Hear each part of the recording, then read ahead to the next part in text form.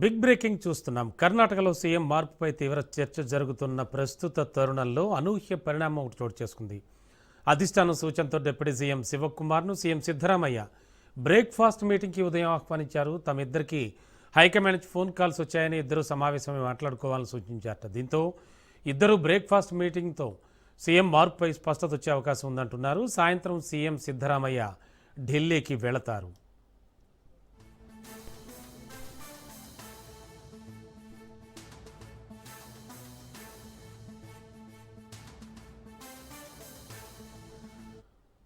Big breaking చూస్తున్నాం. కర్ణాటకలో CM మార్పుపై తీవ్ర చర్చ జరుగుతున్న వేళ అనూహ్య పరిణామం చోటు చేసుకుంది.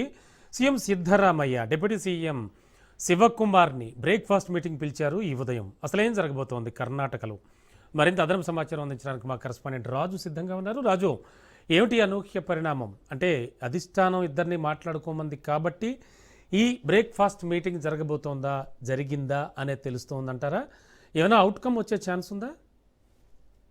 రమణ, ప్రధానంగా మనం చూస్తా ఉన్నాము కర్ణాటకలో రాజకీయం రోజు రోజుకు కూడా మలుపులు తిరుగుతా ఉంది. ప్రధానంగా ముఖ్యమంత్రి పీఠంపై ఇరువురు నాయకులు కూడా ఖచ్చితంగా సిద్ధరామయ్య ప్రస్తుతం ముఖ్యమంత్రిగా కొనసాగుతా ఉన్నారు. సో 5 ఏళ్ల పాటు సుదీర్ఘంగా ప్రభుత్వానికి డోకా లేదు, తనే ముఖ్యమంత్రి పదవిలో ఉంటానన్నట్టుగా కూడా అర్థం వచ్చే విధంగా కూడా ఆయన ట్వీట్లు పెడతా ఉన్నారు. అదే విధంగా తమ వర్గానికి సంబంధించినటువంటి నాయకులు కూడా అదే ధీమాను వ్యక్తం చేస్తా ఉన్నారు. ఒక పక్క డీకే శివకుమార్ కూడా ఖచ్చితంగా ఇచ్చిన మాటను నిలుచుకోవాలని చెప్పేసి కూడా ఒకవైపు కాంగ్రెస్ పార్టీ అధిష్టానానికి కూడా ఇటు హెచ్చరికలు పంపిస్తా ఉన్నారు. మరొక పక్క ఖచ్చితంగా 2.5 సంవత్సరాల తర్వాత ముఖ్యమంత్రిని ఖచ్చితంగా మార్పు చేసుకుంటామని చెప్పేసి ఒప్పందం జరిగింది. ఒప్పందం ప్రకారం ఖచ్చితంగా తనకు ముఖ్యమంత్రి పదవిని ఇవ్వాలని చెప్పేసి కూడా మొదటి నుంచి డీకే శివకుమార్ కోరుతా ఉన్నారు. అయితే ఈ ఇద్దరి మధ్యలో ఉన్నటువంటి వివాదం ఏదైతే ఉందో దీనికి సంబంధించి ఇద్దరు నేతలు కూర్చొని మాట్లాడుకోవాలని చెప్పి కూడా అధిష్టానం ఇప్పటికే సూచించడం జరిగింది.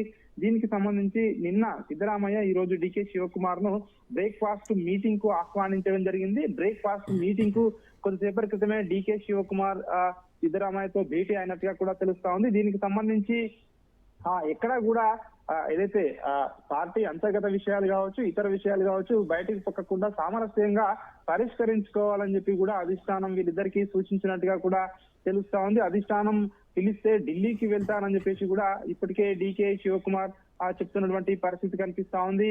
దీనికి సంబంధించి ఏదైతే కాంగ్రెస్ పార్టీ అధ్యక్షుడు మల్లికార్జున ఖర్గే కూడా 2 రోజుల క్రితమే బెంగళూరు నుంచి ఢిల్లీకి చేరుకున్నారో అక్కడ జరుగుతా ఉన్నటువంటి పరిణామాలన్నింటినీ కూడా ఇటు కాంగ్రెస్ పార్టీ అధిష్టానానికి కూడా ఆయన చెప్పడం జరిగింది. ఇటు రాహుల్ గాంధీ, అదేవిధంగా ఇటు కేసీ వేణుగోపాల్ తో ఇప్పటికే